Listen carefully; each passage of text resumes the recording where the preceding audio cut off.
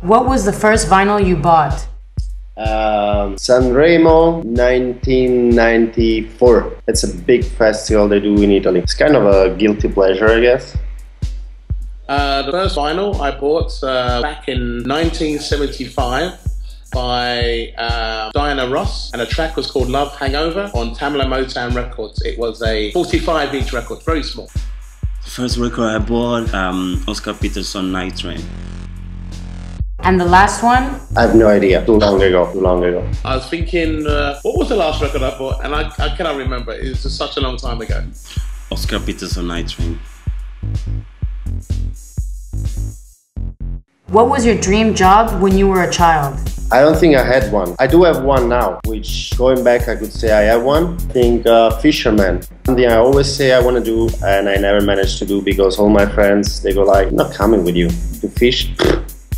I had visions of my life that I would own a nightclub, and for me this was perfect because in my house I always had people come to my bedroom when I was playing music, and I would turn my bedroom into a nightclub. So one day I said that my dream job would be a nightclub owner. I wanted to be an astronaut, then I wanted to be a painter. Didn't work out well. Football player, save the world. What would you say to Obama if you could spend 5 seconds with him? Shall we take a picture? I would say to him, do the right thing and to listen to people because he's always talking. So he needs to listen, and therefore hopefully he takes my words, and then once he listens to people, and then he'll do the right thing. I don't know, I think they will kill me before I get to say hi. When somebody says bad words to you, which do you hear the most? Asshole, in Italian or in Spanish most of the times. Asshole. You can pat that out as much as you like, but asshole is the word. Fuck Guti. Could be fuck. It's my favorite curse anyway. Fuck. Have you ever peeked through a keyhole?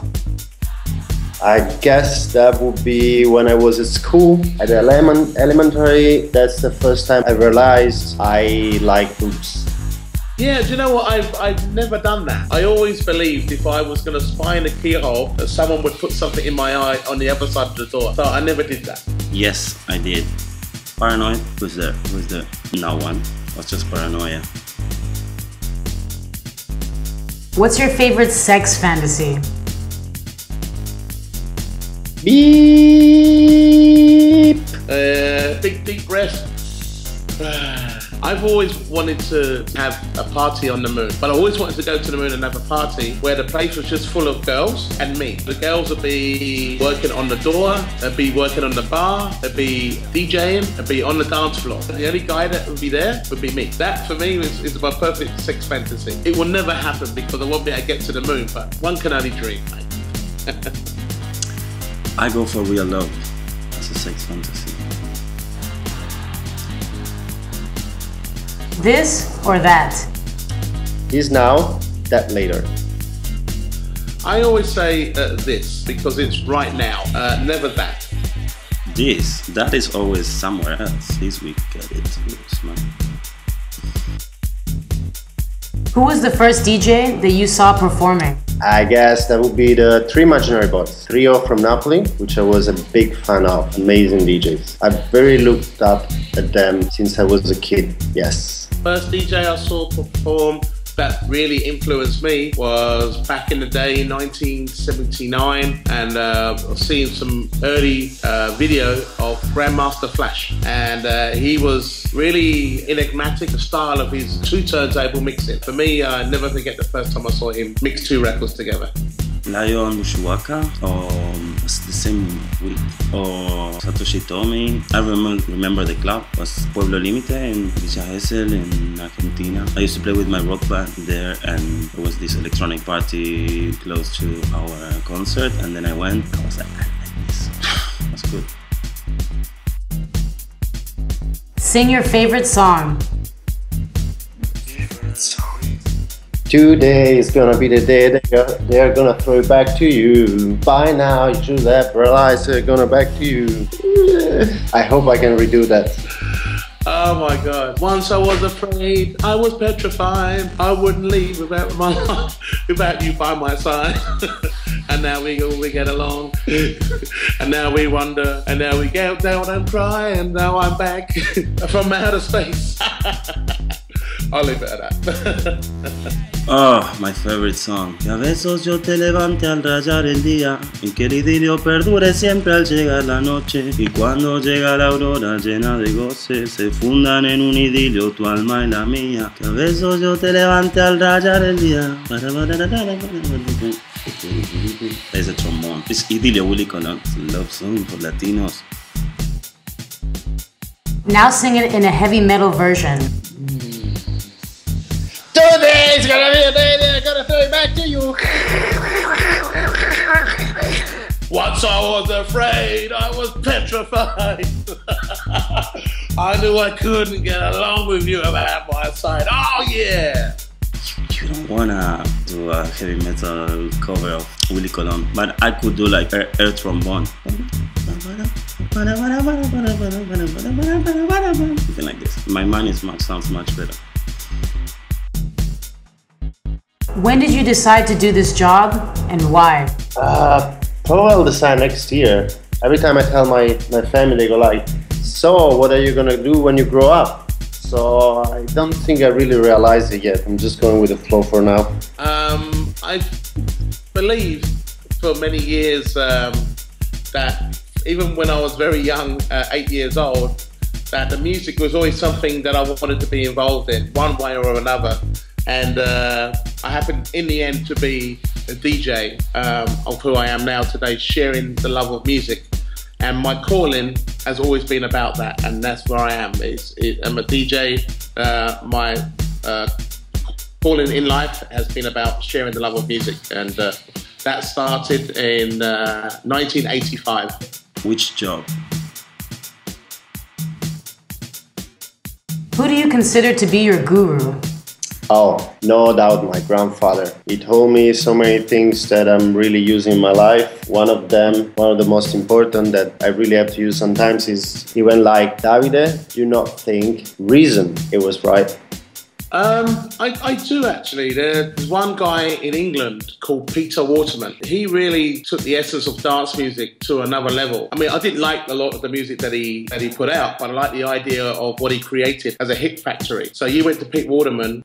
He wrote the songs. He found people, artists that could sing the songs, and then he would do all the production on those songs, and they would go straight into the charts. And he was creating at one stage hit after hit after hit. And Pete Waterman created a fantastic business because of it. And in some ways, I kind of looked to his ethos on putting out music. My guru, I think is my little brother, Diego. He knows about life, about women. He always tell me, you don't know anything about women, so school is sharp. What is your biggest achievement? I guess that being able to transform my passion into my world, my life. So having the friends I want, making the stuff I do, playing the music I want, what basically makes me happy. What the reason why I wake up early in the morning, I'm really happy when waking up, and I don't go like, oh shit, that's another day. It's more about when you go to sleep, you go like, oh shit, now I have to sleep again. It's a difficult one, that one, I think. I've been doing what I've been doing for many years. I never thought that my life, even within music, would take me to the places that I am today. And I suppose the success of that is my popularity, and my popularity spans all over the world. And I suppose as long as I make people happy and smile, that makes me feel successful, because I'm actually reaching people with my music. The biggest success in life is to be alive now. That I found someone that pays me to stay home and make music. I think I'm really successful. And your biggest failure? How much time do you have? I've never really had any failures, to be honest. I've tried hard on everything. I suppose if there was a failure, I thought one day that I could be a football player, and it never happened. So, no football for me. I don't know. I made so many mistakes in my life. I could do like a movie. But good thing is we just learn and we fail again with more knowledge. I would like to spend more time with my family, but also I moved to Europe to make music. So life is long, who knows. Do you have a ritual before performing? Yeah, it's kind of weird. As soon as they tell me, okay, it's time, you're on, I have to go to the toilet at least 2 times. No, not really. Never really had a ritual. The only thing that I would say that I never normally do interviews before a gig. I always believe that I should talk about a party after I've done it, so never before. So some people always want me to do this, but I always say no interview before the party. Very rare that I do that sort of thing, but I don't really have a ritual as such. Do you have a ritual before performing? Before I get to the club, then when I'm in the club, I feel just peaceful. I drink tequila just to make sure that we'll be good. How about before sex? Yeah, I hope I make it. I'm just lucky if I get some. So the ritual is, can I get some? And I'm like, woohoo, I'm lucky, yeah. No, I just pray that I can make it. Tell me one idea to change the world. Oh, close all the banks, destroy all the currency and just go back to swapping.